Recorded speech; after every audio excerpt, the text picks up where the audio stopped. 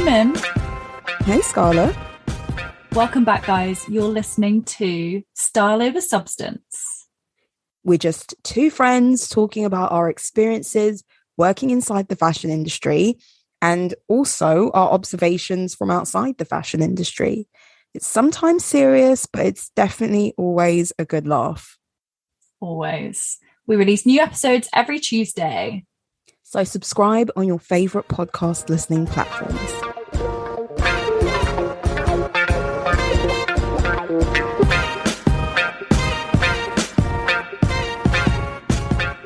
So, how you doing? Hey.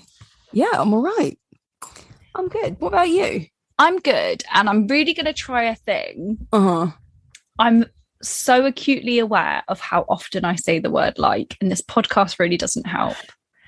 And I'd like to think that was a fine use because it worked. Yeah. I would like to think that I'm quite a well-spoken person. You are very well-spoken, yeah. Not if I'm saying like every other word. I think it really taints that's the vocabulary. Brings you down. So I'm going to be really conscious. So if I sound a bit calculated, okay, I'm trying to out-train it. And so I saw somewhere that the way to almost do it is that your friend gives you a topic and you have to talk about that topic for sort of 60 seconds and not say the word like, and you have to start over. We're obviously not going to do that on this, but no. I'm consciously, I also don't really know if drawing attention to it is helpful for everyone, but I don't think it's a secret. So, and I think you did very well in that bit. You didn't. I wasn't even trying that much there, but I've been trying it in my everyday speech anyway. I don't think I used to be as bad as I am now, but we watch so much American entertainment, you know. Most of the people that I follow on Instagram, I watch a lot of YouTubers, I watch a lot of reality TV shows, mainly set in the States. And I think that's really harming my vocabulary. So, you know. Yeah, I get what you mean. And you can definitely train yourself out of it. Yeah, for sure. You just got to be conscious of it. And you'll do it. You sounded fine just then. Thank you. Thank you so much. Yeah. I was listening to a podcast that I listen to all the time, and they had, the guy is like a journalist / historian, and he talks about the biggest bastards in history. I don't know if you've ever heard this podcast. No. It's called Behind the Bastards. Anyway, it's like a historical podcast, yeah. And every week he has a guest come on while he talks about the history of something or a particular like political figure who was like a real bastard, and their guest will come and just like chime in and be part of the discussion and whatnot. And this week there was one guy, and it was painful the number of times he said like. It was like he couldn't get a thought or an idea out, and it was like 10 likes in a row. Maybe it was his nervous word. Maybe it was, but I think the guy's in entertainment. I don't know if he's a comedian or if he's a musician or something like that. He should have been better. And I want to give people the benefit of the doubt, but you are just unable. When you notice it as well, it is really painful when you're listening to something. Yeah, sure. You can't follow their train of thought if like 10 out of the 12 words are like, but you're not nearly as bad as that. Thankfully, but I could get there if I don't out-train this habit.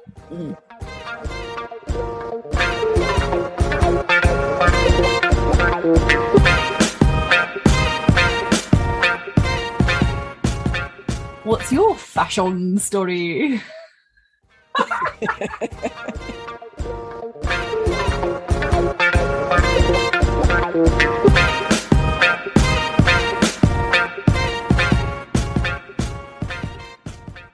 Funnily enough, my fashion story this week is actually inspired by a podcast I listened to. Yeah.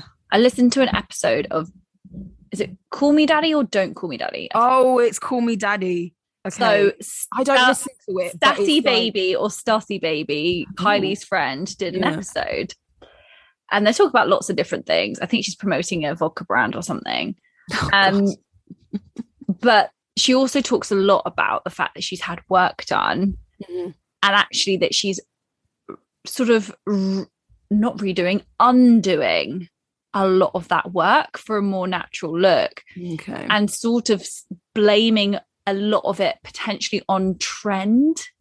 And I know we've talked before about like when people enhance themselves, but it just made me feel so sick that is what is happening, right?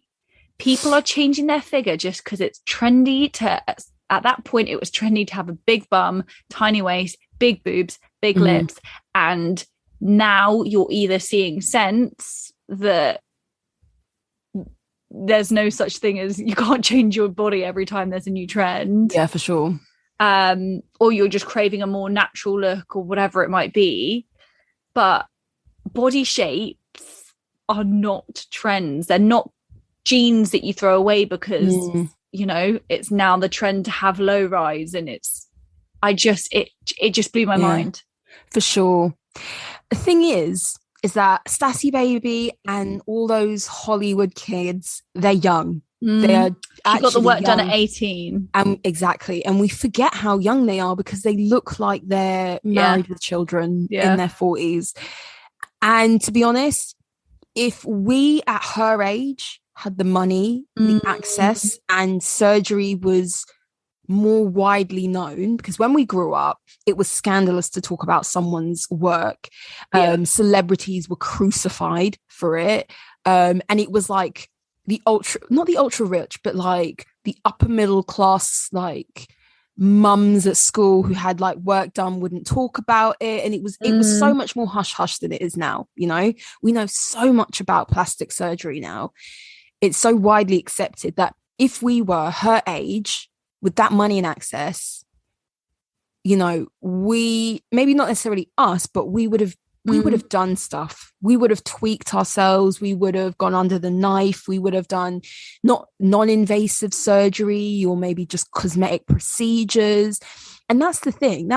It's not that these things are a trend, but because they're so much more accessible, more people can hop on the bandwagon.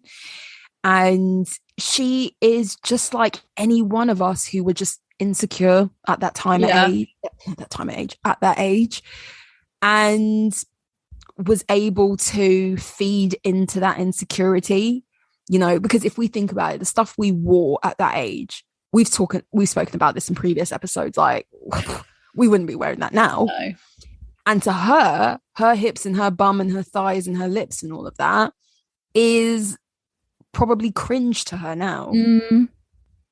Yeah, and she actually made a really good point as well, that right now a boob job is sort of just, we all accept a boob job, right? We all really readily accept if someone has had their boobs done, but probably because it's one of the first sort of things. Boob and nose jobs aren't such a big deal anymore, but the rest of it is lagging behind. Lips is still sort of, it's accepted, but I think it's joined that thing of, oh, you're not one of them who's just joined everybody else to get it done. I think there's a negative connotation with lips still, and there is with like BBLs and getting work done that's not your boobs, basically.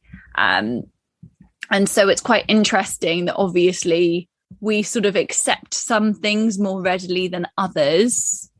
I think it's because like actors and actresses were getting their nose done back in the 40s, you know, like decades ago. Like the most famous is probably Marilyn Monroe, known to have had her nose done.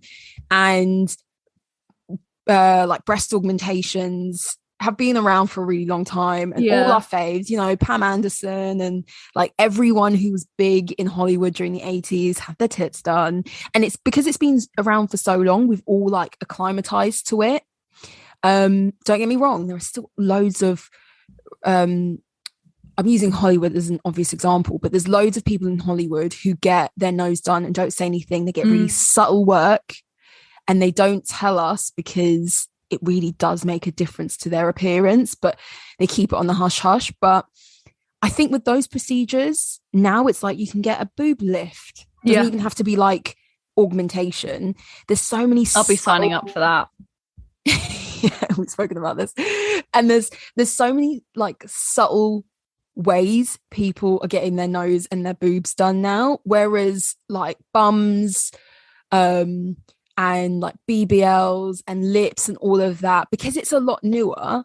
I think people kind of overdid it a bit much, and now we're just seeing that all the hype has kind of quietened down, like it has with nose jobs and boob jobs. It's becoming a little like they're getting just small tweaks, you know? Yeah, and it was actually really interesting is that she got asked if she has butt implants, and she was like, the only implants I have are in my breasts. Yeah, but did we learn nothing from Keeping Up the Kardashians when Kim got her bum x-rayed? But it's that thing of, that's not really what you were being asked. Have you done something to tamper with the size? And then she sort of alluded to the fact that she's probably had a BBL, but still didn't want to admit it. And it's kind of funny that there's obviously still, I don't know, this thing. So she wants to get on this podcast and talk about how bad it is that plastic surgery is a trend and talk down on plastic surgery, but at the same time not come clean about the work that she's had done, because she wants to profit of how good it's made her look and how successful it's made her look.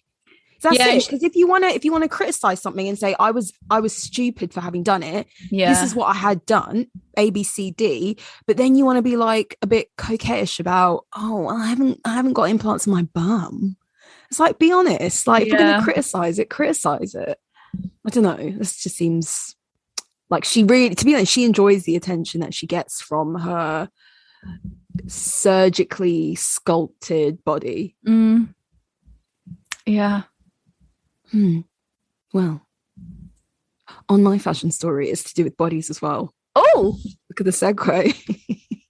Love it. We're getting good at the segues. So obviously we have to discuss in more depth Rihanna's pregnancy look, because we've seen the images from her Vogue cover. I believe she was in Paris. Yeah.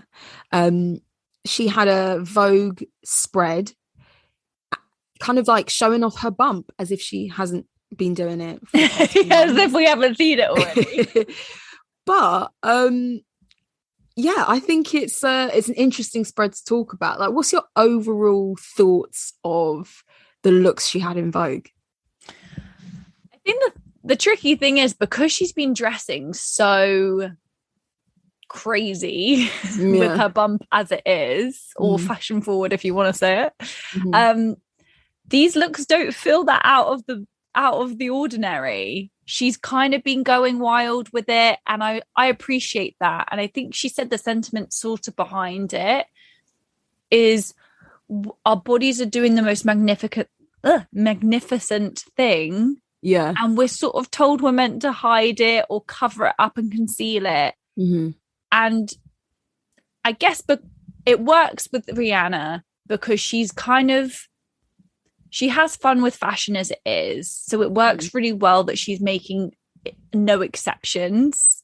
I thought they looked great. I think she looked really cool. I feel like she's very, like, she must be nearly about to pop because she's got a big bump. Yeah. Maybe like 8 months or something. Not that I know. Like, she's got to be really nearly there. Yeah. Or she's going to surprise us with like twins or some shit. But yeah, could be. I wouldn't put it past her. I think that you've really got to be living a certain lifestyle to be pregnant and wearing these looks, because again, like, you have to have a chauffeur following you around. Oh my god, you cannot be taking public transport. You can't be getting the bus and having to get on the top deck. I've said it before and I'll say it again. The baby must be cold because the baby's not covered up ever, and that's fine with me. I'm just saying you need to be like in a car for most of the time, with a blanket ready to put over it. Yeah.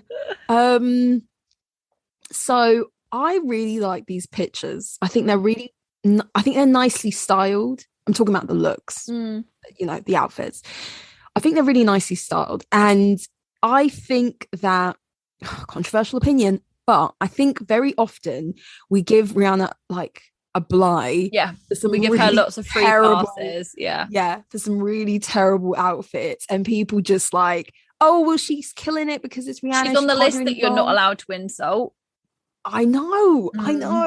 And sometimes I just think it's not nice. I don't like it. And that's okay. I don't have to like the look. Like, and so that's how I felt with a lot of her most recent pregnancy fashion, whatever. Like, it's not that the bump is out. It's not like I'm prude. It's just that I felt nothing went together very well. Yeah. Or just and for the sake of it. Yeah, exactly. This is definitely like baby bump meets couture. Yeah. You know what I mean? So she's wearing this big old puffer Marc Jacobs coat, which quite frankly just looks like a big old duvet, which is great because she's in like a Parisian hotel suite. And it's kind of like what you would do in the hotel anyway. It's like grab the duvet and just like wrap yourself in it. She's got a shot of her in the bath wearing a Boucheron necklace, which looks like, you know, baby's breath, the flower with the little white flowers. It's like that, but what I can only suspect is diamonds, of course. She also, I think one of my favorites is the burnt orangey red get up, which is the Rick Owens kind of looks like a python jacket and like knitted skirt. I thought that was really cool. And what else is there? What others? Oh, she's in this like big old tulle, like dark inky blue dress thing with a veil over her, and that was Jean Paul Gaultier. And then yeah, I think that's all the looks. Oh, she was one where she was in like a biker jacket.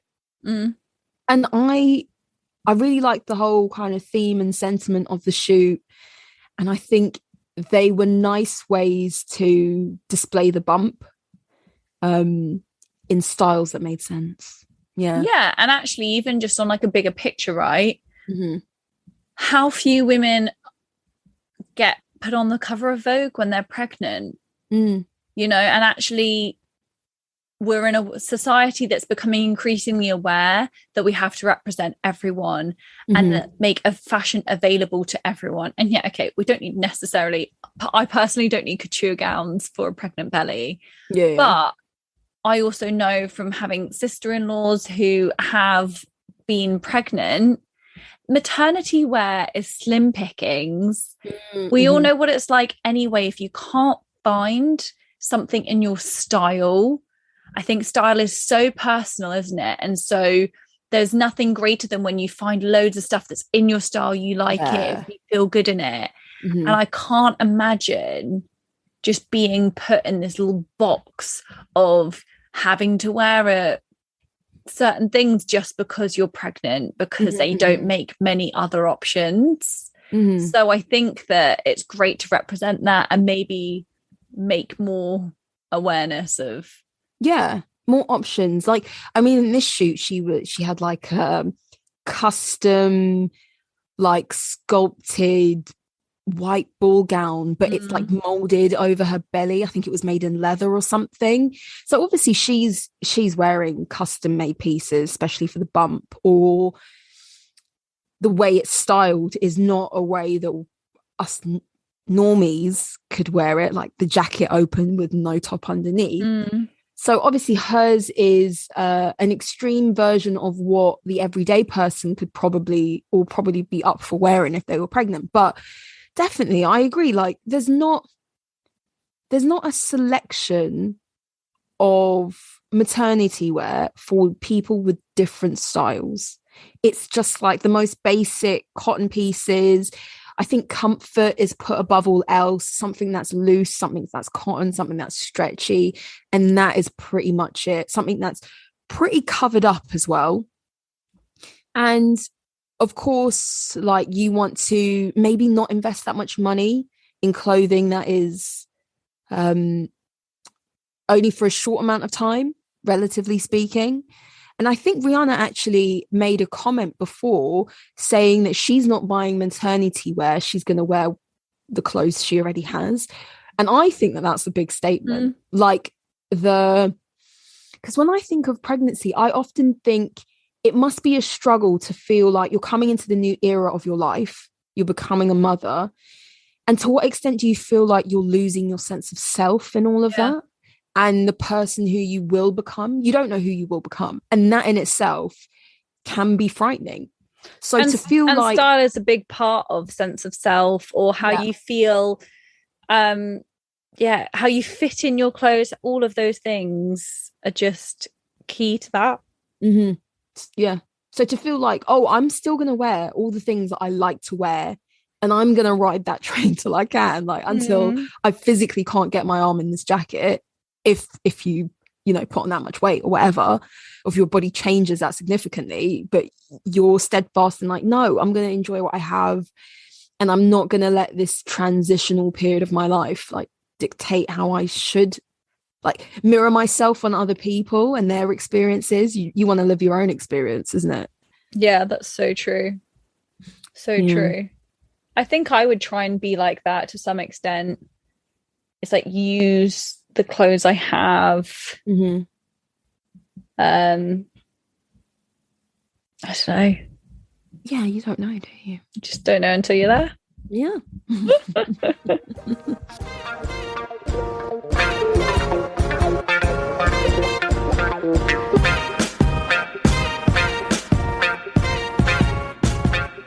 We interrupt this broadcast to say, go follow us on Instagram. Our handle is @StyleOverSubstance pod. There you'll find our weekly fashion topics, all the stuff that we discuss in each episode, and our polls. Or reach out to us at StyleOverSubstancePodcast@gmail.com for new suggestions of topic discussions, or even to share your own fashion stories. We also have a YouTube channel, Style Over Substance Podcast, if you'd rather listen to our episodes over there. Back to the episode.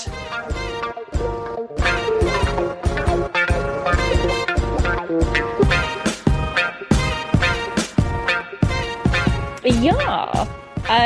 So this week, we alluded to it in one of our last episodes. We're talking athleisure, we're talking gym wear, we're talking what became what was a functional piece of clothing has now become part of the fashion world, really. Yeah, for sure. I think in the past few years, it's become more and more socially acceptable to wear gym wear out. I mean, if you take like the 80s and the 90s, where sportswear was either for the gym, playing sports, or you were associated with like hip hop kind of culture. And that was pretty much it. But now we see... Well, the 90s, we sort of had that aerobic fashion for a little bit, like the Princess Di with her cycle shorts, oversized jumper, and sort of thick woolly socks. But that wasn't gym attire. That was fashion. Like that wasn't because she's just been to aerobics. Yeah. You know? Yeah. I think athleisure has become like more expensive, more dynamic. People wear it more often. It's really caught traction. And you know what? I blame the early 2000s when we all started wearing leggings everywhere all the time. Yeah. And actually also, obviously, there's technology involved in terms of it being fit for performance. Yeah. And I will say, and actually, my dad and I were discussing this the other day, because I don't know if I've said it on here, but I am running the London Marathon. So quite relevant for this episode. And I have done a marathon in the past. And I was talking about whether I was going to fundraise or not. And it's obviously a great opportunity to, but the problem sort of in this day and age is someone's always doing something, you know? Do you mean fundraising? It might not be a marathon, it might not be, but someone's training for a half, or someone's doing something. Someone's doing a triathlon. It's more common now for people to do these things than it was. So my dad did a marathon, probably 50 years ago. Oh, I was going to say 12. Well, yeah, no, when he was young. Okay. So it was very unusual to do it then. You were either like that person or you weren't. Whereas lots of people attempt it these days, and charity is such a different thing. And so there's so much more athleticism going on in this world than there sort of ever used to be. And we also have learned the lesson really recently, and with Joe and the lockdown, it's good for your mental health. It's not just for your physical health. It's not just for what you look like. It is good for your brain. We live in a really intense world.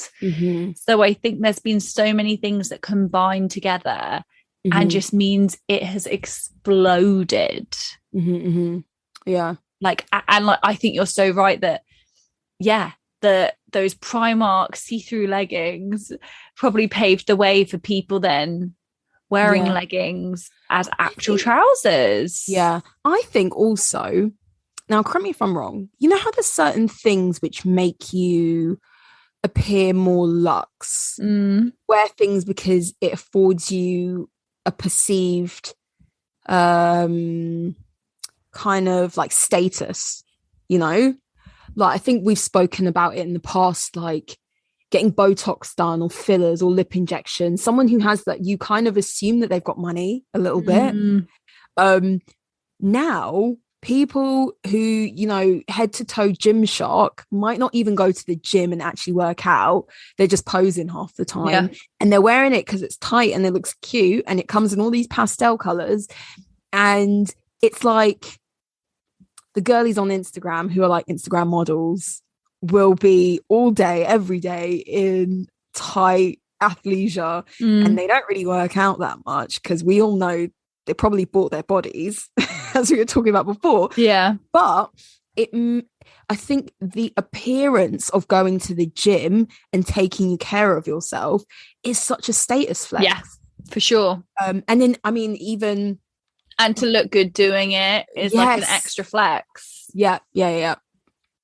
I mean, if we throw in things like Peloton bikes, I know this is not fashion, but and that's kind of exploded in the past couple of years, as you said, with lockdown and having to work out at home. And the wait list is like, well, at one point in lockdown, the wait list was like 3 months. Yeah, exactly. It's so wildly popular. For a very expensive exercise product plus the subscription, that's a big deal. Yeah. And the trainers, they're good looking people, kitted out in Peloton attire.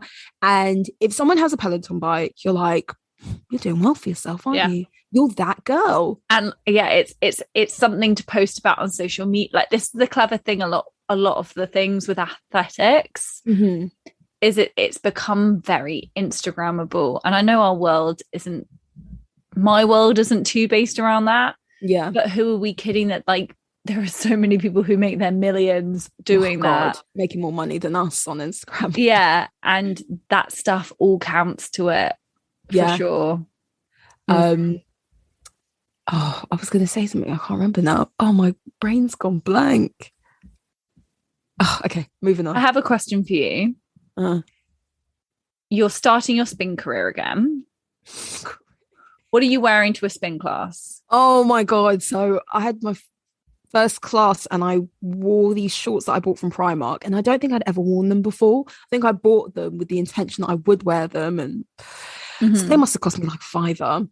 And I wore a t-shirt, which is a pretty beat up t-shirt, to be honest. Like, if you saw me at the gym, and I've never looked good at the gym, not because I've been sweating or working out really hard, but I've gone into the gym looking a mess and come out of the gym looking a mess.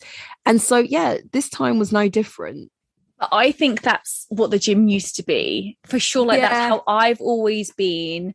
And like, I mean, I also think we only recently have tracksuits actually become a fashionable item. Before it was for slobs, or it was like you said, it's part of R&B. It's like a statement.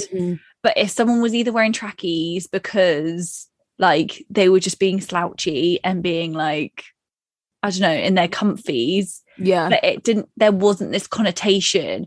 So sort of that was also often, there wasn't leggings or the kind of sport performance stuff. So you would just be wearing trackies and a loose t-shirt to the gym, and you just kind of wouldn't care.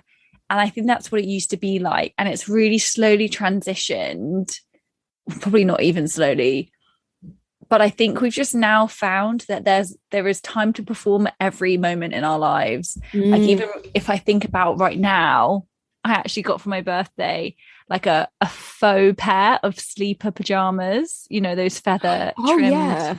I love those sleeper daily pajamas. Sleeper. And so I've got like some pink striped pajamas with feather trim. I love it. Even our nightwear I've always really liked pajamas. I love a matching set of pajamas. I love, like, I don't know, I've always liked that. But that's become really cool again. Whereas back in the day, you just have the same old thing, and your t-shirts that got shrunk in the wash, or as your brother's boyfriend's t-shirt. 100%. But we are performing on all fronts when it comes to our fashion, and the gym is no exception. Yeah, you're right. Because back to pajamas, I stopped wearing t-shirts and like random shorts to bed, and I have like matching sets, and I think I sleep better. I think like going to bed is a better experience in my matching PJs than it was before. I feel so I can't explain how great I feel. Yeah. And I actually would say I probably would buy more into pajamas right now than I would clothes. I love pajamas. They're great. They really are. And I think that the same thing is with the gym. I think there's an air of like, because the gym is all about, you know, setting a goal, achieving your goal, being the best version of yourself that you can be. It all plays into that. If you can look cute while doing it, and you've got the matching set, and you look like you mean business, you look like you're here all the time because you've got the right gear, you know? Yeah. Not like me in what looks like my PE kit.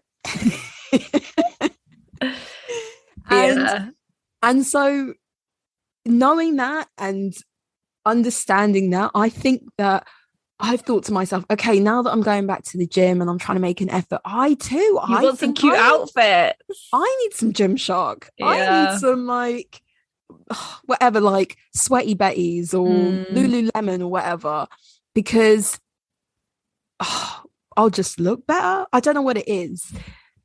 No, but like there also is a thing of, I've got a decent amount of athleisure wear, and the more expensive products last, they stand the test of time. They still feel good years on. I will say that my Primark shorts, I saw some like thread, like, you know, pulling. So like it depends also on what you're doing. So I used to be big into CrossFit for a few years, taking a break from my career because I'm having some you keep calling it a career. Full-time CrossFitter. Oh, definitely not. God, everyone's going to think I'm some like hench beast. You're not hench, but you are. I was pretty strong at one point. I call it my heyday. I call it my washboard heyday. Abs. Yeah. Definitely didn't have washboard abs. You did. Well, in the pictures you did. The ones that you shared, that you openly. Haters will say it's edited. It wasn't. Trust me. I don't have those apps. But I will say that. So I don't know if anyone who's listening has ever been to a CrossFit gym.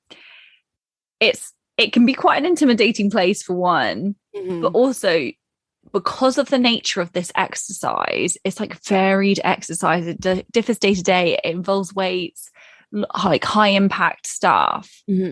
There are some really toned, beautiful people who do CrossFit. And so it is not uncommon for like people to take their tops off, like guys to take their tops off whilst they're working out, because they're sweating to crazy. Only be in a sports bra and leggings, which to me is like unheard of. Because also the reality is, if I'm overheating, I'm overheating regardless of what I'm wearing, you know. Like I am someone who gets bright. No, I'm someone who gets bright red in the face. Oh, okay. Taking my vest off or my thin t-shirt is not gonna make me feel loads different. I personally just don't think I need to know what my body looks like in all tight clothing whilst moving around. But these people have like 0% probably body fat, but also really confident and they look great for it. It's just not something that's for me. But that is also, I think, become much more common practice, not just in CrossFit or anything like that. I think in yoga, it's the whole matching set thing. Yeah. It is like long gone are the days where you just somehow match a top and bottoms together. There is consideration now for not only your leggings and the top, but then if you're going to take that top off, the sports bra underneath, and then what shoes go with that. You don't just have one pair of gym shoes, just your really clunky like white trainers. They are thought out, and it's a whole thing. It's and if you think about it, you go to the gym multiple times a week. It makes sense. But then it's like you need multiple iterations of it because you can't be have serving the same look every day. It's not just that. It's like one's in the wash, one's drying, one you're wearing, sort of thing. And so all of that adds up, and good gym wear is expensive. Like Lululemon leggings are about like, I think they're £88. I don't know why I gasped because I know they're expensive. I also didn't know they were £88. Pretty sure they're £88. Because I think I need to get, not these Lululemon ones, but I think I need to get some. I will say those Lululemon ones and are very good. Yeah. They last, and they last, and like they stand the squat test. That's what I need. But also if you're spinning, you're sat on your bum, and so if they're a bit see-through, no one gives a shit. Yeah, that's true, but it's just more like for the comfort. To be honest, I don't think I want anything tight when I'm at the gym. I'm not used to it. And you know me, I'm not a big fan of tight clothing, really. I like everything to be quite breezy and loose. Breezy. Yeah. So what are your favorite brands? If you're going to recommend me to buy into some of these athleisure brands, which one's the best ones, cost, looks wise, and like comfort? I know for like a budget, H&M used to be really good. I would say Nike is a pretty, like, your regulars, the obvious, you can't go wrong. I've got sports bras and leggings that I have had for probably nearly 10 years. One thing about Nike is the quality is really good. Like you can batter their stuff up and they will still survive. And also, like you said, being washed probably at some points once a week for sort of 2 or 3 years and are still going strong. And then Lululemon for sure it's expensive. It's really expensive, but it stands the test of time. I have maybe 3 pairs of leggings from there.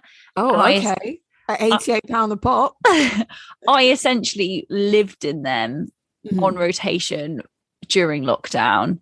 I have had to replace 1 pair, but I had them for maybe like 5 years. Okay. And I had an unfortunate incident where the zip on my like rain jacket was rubbing it. And it was a sad time. But the cost per wear on those, that's solid. 100%. I have worn them 300 times or whatever it is during that time. I've worn them a lot. They stand the test of time. They don't feel too restrictive, but so that's like that type of legging doesn't feel too restrictive. Sweaty Betty is a really good brand, but I know I'm wearing leggings. I don't know I'm wearing leggings in the Lulus. I don't need to know that I'm wearing leggings.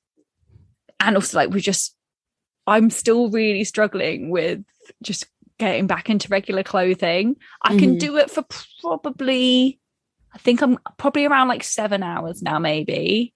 That's all you need. Well, no, because obviously a working day is a bit longer than that.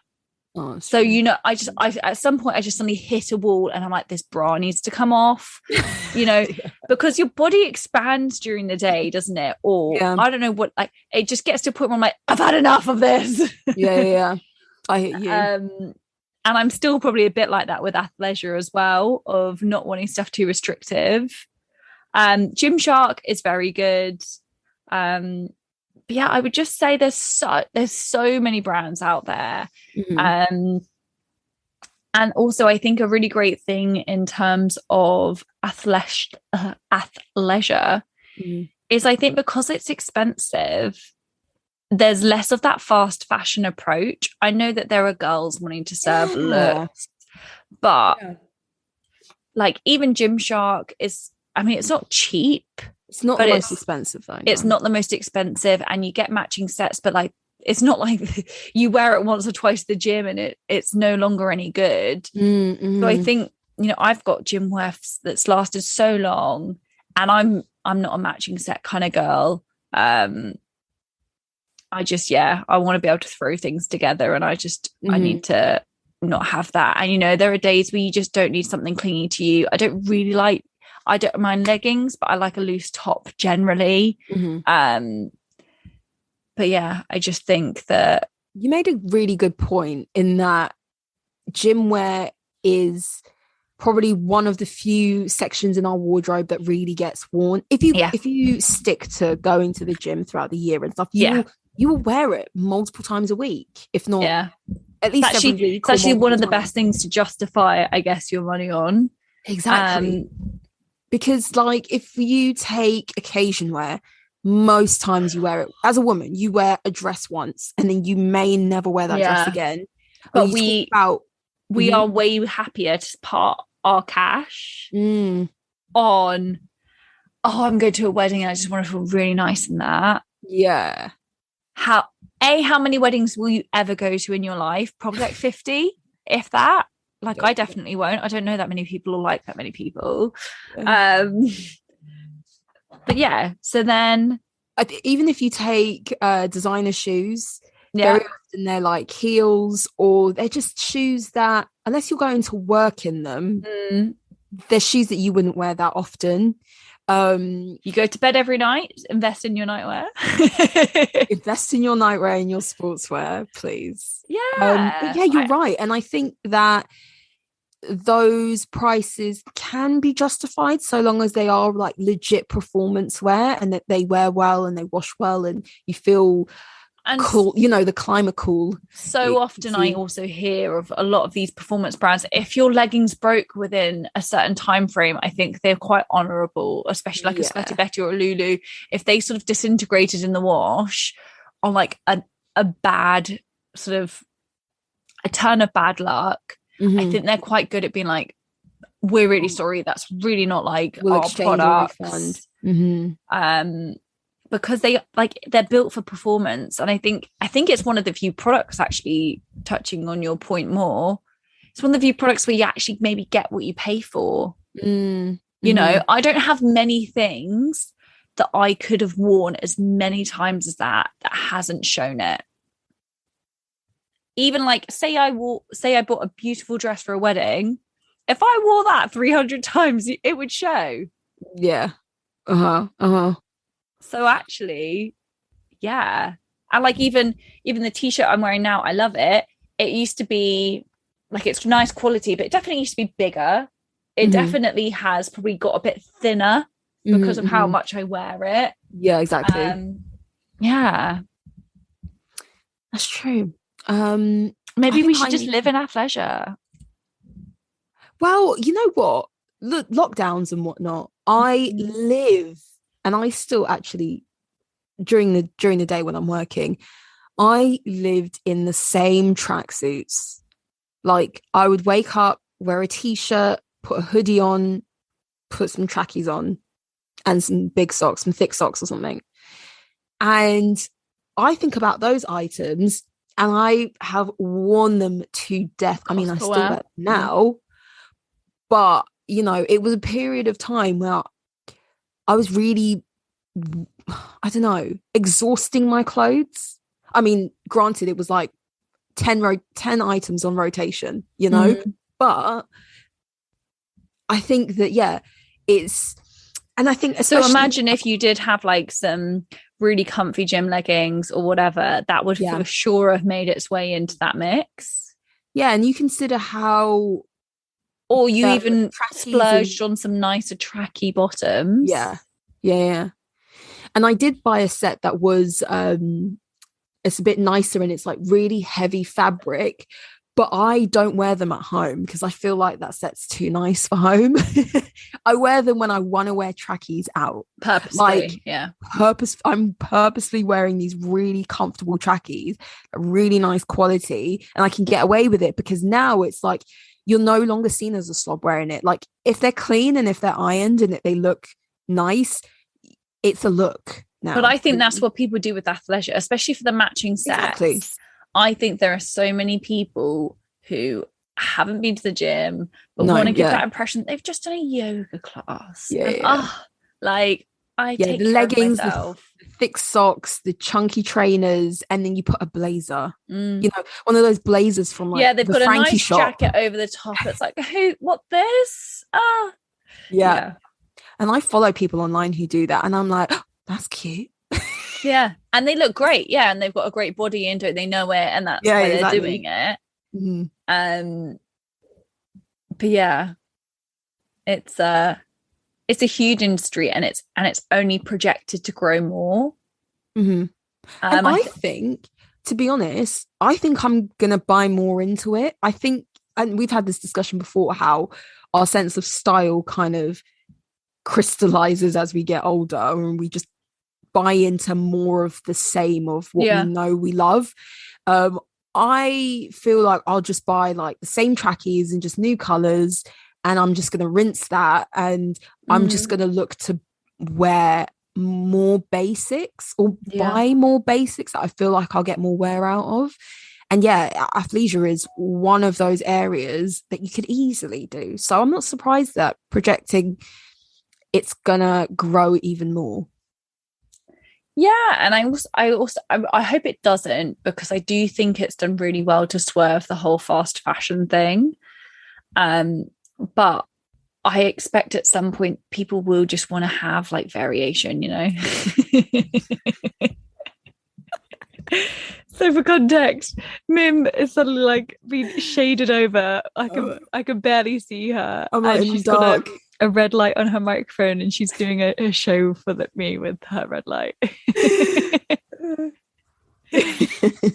Okay, so I'm listening.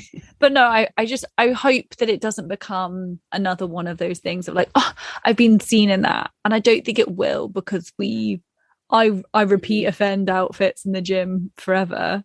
Yeah. But I also think hopefully more people are getting into it. And you kind of just every now and then, the way I treat myself to athleisure wear is also quite different. It's either a reward for going to the gym, because I've got back into it. That's a reward because I've actually been going, so I deserve like some new bits. Yeah. Or it's if you hit a certain goal, or it's that kind of a thing. Like even for the marathon, I'm gonna have to. You have to buy quite a lot of shoes, because when you run shoes a certain amount, you need to get new ones. Yeah. I'm already envisaging I'm going to design myself like some shoes on Nike for the marathon. Like in my head, I'm already like, oh, I deserve that. That's going to be great. So I'm already getting there in that like state of mind. Yeah. And then I'll base my outfit around that, which is pathetic. But also I'm finding some excitement in it, my athleisure. And I just think that we're getting there. The world is just expanding. But also it's more in my head, I'll then keep those shoes. And I think I still have the other shoes I did the marathon in, but like I'll keep those shoes, and that'll be a real like, yeah. I like that idea.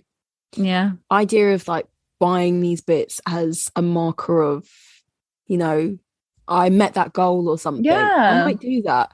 I think I need a goal actually at the gym. I need a goal. Like, let's do 20 spin classes. You get some nice leggings. Yeah. well, maybe not 20 classes, but like if I feel like I've gotten back to my old, maybe I should give it a number, isn't it? You got to have good quantifiable goals. Makes it easier to like keep track of them. Yeah, exactly. Hang on, my brother's just calling me and he doesn't normally, so I'm just going to quickly see what he wants. Yeah.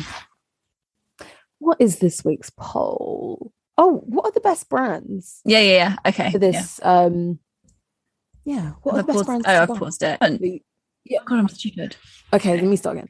So this week's poll, maybe, what are the best brands to buy into? Yeah, let us know if there's someone that we should know about or who you choose to invest your money in. And if there are some other brands that we haven't actually mentioned in this episode.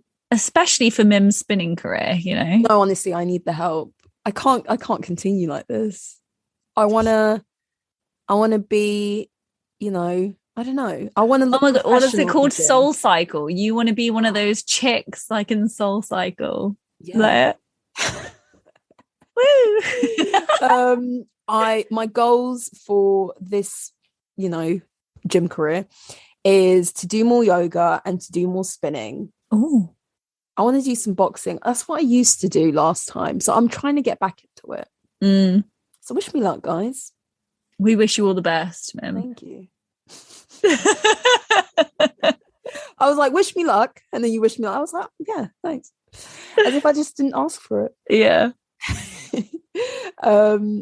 Yeah. Well, sweet. I think that's everything. Cool.